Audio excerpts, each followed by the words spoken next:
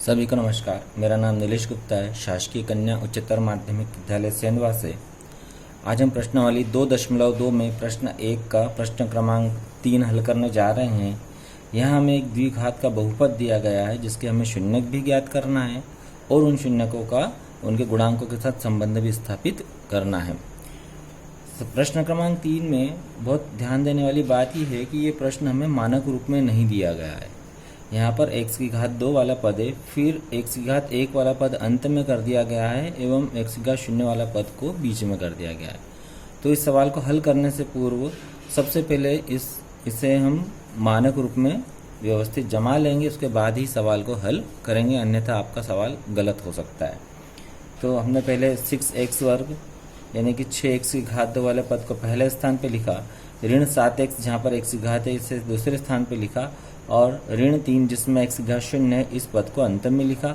यानी इस सवाल को हमने पहले प्रश्न को मानक रूप में जमा लिया। अब हम इसे हल करने जा रहे हैं। तो जैसा कि हम पहले कर चुके हैं उसी विधि के अनुसार हम सबसे पहले इस द्विघाती बहुपद के प्रथम पद और अंतिम पद का गुणा करेंगे और ये गुणनफल होगा हमारे पास में ऋण का 18x वर्ग, ऋण का 18x वर्ग। इस ऋण 18x वर्ग को हम यहाँ रफ कार्य में लिख लेते हैं। अब ये जो गुणनफल ऋण 18x वर्ग है इस आधार पर हम मध्य पद यानी 7x को तोड़ेंगे। मध्य पद को तोड़ना है 7x को, तो वो हम उसके लिए देखेंगे कि ये जो गुणनफल आया हुआ है ऋण 18x वर्ग, क्या ये धनात्मक है या ऋणात्मक? जी ये ऋणात्मक है। तो जब ये गुणनफल ऋणात्मक है तो 7x को हम दो पदों के घटाव में या अंतर में तोड़ेंगे। यदि ये गुणनफल हमारे पास धनात्मक होता तो हम इसे दो पदों के जोड़ के रूप में तोड़ते। चलिए अब हम इसे 7x को तोड़ेंगे दो पदों के अंतर में। तो देखते हैं हम इसे कैसे तोड़ सकते हैं। हम 7x को लिख सकते हैं 8x ऋण 1x। हम 7x को लिख सकते हैं 9x ऋण 2x। हम 7x को लिख सकते हैं 10x ऋण 3x। इस प्रकार हम कई चरणों में इसको तोड़ सकते हैं। साथ ही हमें ये भी देखना है कि जिन पदों में हमने इसको तोड़ा है उनका गुणनफल हमें क्या प्राप्त हो रहा है। क्या वो ऋण 18x वर्ग मिल रहा है? आइए देखते हैं। 8x और ऋण x का जब गुणा करेंगे तो ऋण के 8x वर्ग आएंगे, ऋण के 8x वर्ग, जो कि ऊपर वाले गुणनफल के बराबर नहीं है, इसलिए हम इस पद को छोड़ देंगे। उसके बाद 7x को हमने यहाँ तोड़ा 9x ऋण 2x में। यहाँ 9x और ऋण 2x का जब गुणनफल प्राप्त करेंगे तो धन चिन्ह और ऋण चिन्ह का गुणा करने पर हमें ऋण प्राप्त होगा। 9 दूनी 18, 18x वर्ग, x में x का गुणा हुआ x की घात 2।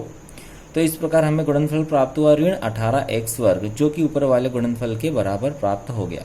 इसलिए हम यहाँ पर 7x को 9x ऋण 2x में विभाजित करेंगे, तोड़ेंगे। आइए अब अपना प्रश्न प्रारंभ करते हैं। प्रथम पद 6x वर्ग जैसा कि वैसा, ऋण चिन्ह 7x को हम लिखेंगे 9x ऋण 2x। 7x को हम लिखेंगे 9x ऋण 2x।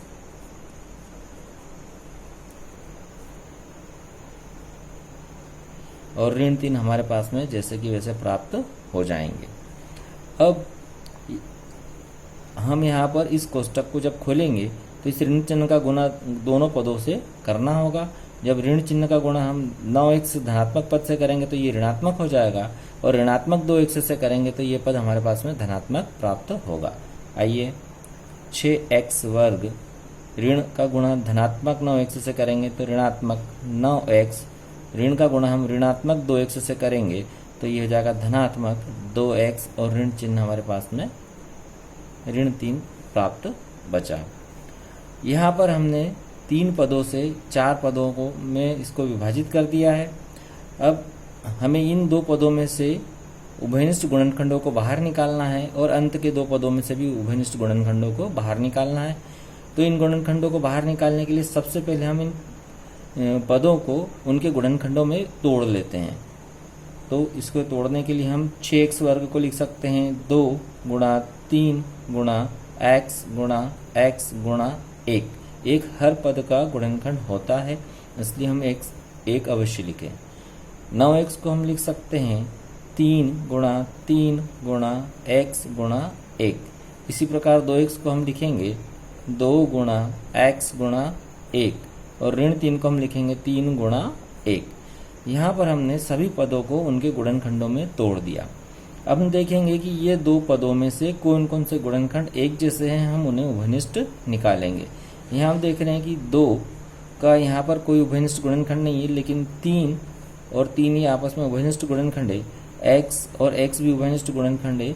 और इस प्रकार हम देख रहे हैं कि 3x दोनों गुणनखंडों में, दोनों पदों में उभयनिष्ठ गुणनखंड है। तो हम यहाँ से 3x को कॉमन ले लेंगे, उभयनिष्ठ बाहर निकाल लेंगे। अब शेष राशि क्या क्या बची है हमारे पास, 2x और 1। तो 2 एकम 2 और x यानी कि 2x हमारे पास में यहाँ पर शेष रहेगा। यहाँ से 3x यदि हम निकाल लेते हैं तो हमारे पास में शेष बचा 3 गुणा 1 यानी कि ऋण का 3। इसी प्रकार इन दो पदों में से हमारे पास में कॉमन गुणनखंड हम देखते हैं कि ये 2 है, तो यहाँ पर 2 नहीं है, x के साथ में भी x नहीं है, लेकिन एक जो है ऐसा गुणनखंड है जो दोनों में उभयनिष्ठ है। तो जब कोई गुणनखंड उभयनिष्ठ नहीं प्राप्त होता तो कम से कम एक ऐसा गुणनखंड होता है जो सभी में उभयनिष्ठ होता है। तो यहाँ पर हमने 1 को उभयनिष्ठ निकाला तो हमारे पास में शेष राशि बची 2x ऋण 3। यहाँ पर हमारे पास में 2 पद प्राप्त हो गए हैं। इन 2 पदों में कोष्टकों के अंदर वाले गुणनखंड समान रूप से हमको दिख रहे हैं, 2x ऋण 3, 2x ऋण 3। इस समान गुणनखंड को हम पुनः कॉमन लेंगे, 2x ऋण 3 को हमने कॉमन लिया तो हमारे पास में शेष बची 3x धन 1, 3x धन 1। इस प्रकार हमने इस द्विघात बहुपद के 2 गुणनखंड प्राप्त करे, 2x ऋण 3 एवं 3x धन 1। अब शून्यकों की परिभाषा से इन गुणनखंडों को शून्य के बराबर रखकर हम 2 शून्यक प्राप्त करेंगे। तो यदि 2x ऋण 3 बराबर 0 के लेते हैं तो यहाँ से हम x का मान ज्ञात करने के लिए ऋण 3 को पक्षांतरित करेंगे। ऋण 3 का पक्षांतर करने पर ये धन का 3 हो जाएगा। इसी प्रकार अब 2 यहाँ x के गुणा में है, इसलिए इस 2 को भी पक्षांतर करने पर ये 2 इस 3 के भाग में चले जाएगा। यहाँ पर हम देख रहे हैं कि हमें प्रथम शून्यक x बराबर 3/2 प्राप्त हो गया है। इसी प्रकार द्वितीय गुणनखंड को भी 0 के बराबर लेंगे यदि 3x धन 1 बराबर 0 है। तो यहाँ से हम x का मान ज्ञात करने के लिए पहले धन 1 को पक्षांतरित करेंगे। तो 3x बराबर धनात्मक 1 का पक्षांतर होने पर ये ऋणात्मक 1 हो जाएगा। अब इस 3 को पक्षांतर करेंगे, 3 का यहाँ x के साथ गुणन है तो पक्षांतर के बाद ये 3 विभाजन में चला जाएगा। इस तरह से x का मान हमारे पास में ऋण 1/3 प्राप्त हुआ। यह इस द्विघात बहुपद का दूसरा शून्यक है एवं x बराबर 3/2 इस द्विघात बहुपद का प्रथम शून्यक है। अब हमने इन शून्यकों को दर्शाने के लिए हमारे पास में 2 चिन्ह हैं, उन चिन्हों का उपयोग करेंगे अल्फा और बीटा।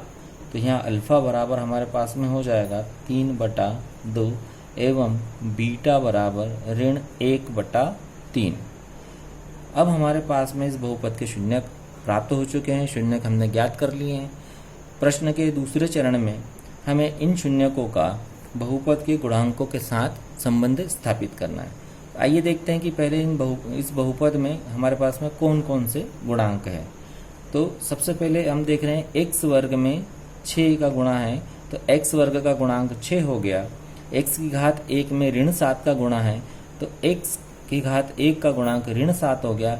एवं अचर पद के रूप में हमारे पास में 3 है, तो अचर पद हमारे पास में 3 हो गया। इन तीनों गुणांकों को प्रदर्शित करने के लिए हम स्मॉल a b c का उपयोग करते हैं। तो इसके अनुसार x वर्ग का गुणांक जिसे हम प्रदर्शित करेंगे a से, a बराबर है हमारे पास 6, x की घात 1 का गुणांक जिसे हम प्रदर्शित करते हैं b से, b का मान हमारे पास में है ऋण 7 एवं अचर पद, अचर गुणांक जिसे हम प्रदर्शित करते हैं c से, इसका मान हमारे पास में यहाँ से प्राप्त होगा ऋण 3, c का मान होगा ऋण 3। इस प्रकार हमारे पास शून्यक भी आ चुके हैं एवं गुणांक भी आ चुके हैं। अब शून्यकों और गुणांकों के बीच में हमारे पास में 2 संबंध है। पहला संबंध है शून्यकों का योगफल तो शून्यकों का योगफल को हम अब सत्यापित करने जाएंगे। हमारे पास में है शून्यकों का योगफल अल्फा धन बीटा बराबर ऋण बी बटा ए। इस सूत्र को या इस संबंध को हमें सत्यापित करना है, तो हम हेडिंग बना लेते हैं। इस संबंध के लिए हम पहले इसके LHS का मान यानी अल्फा धन बीटा का मान ज्ञात करेंगे, फिर इस संबंध के RHS का मान यानी ऋण बी बटा ए का मान ज्ञात करेंगे और देखेंगे कि दोनों के मान समान आ रहे हैं या नहीं आ रहे। तो LHS लेने पर LHS, इस संबंध का LHS हमारे पास में है अल्फा धन बीटा। आइए, अल्फा का मान क्या है?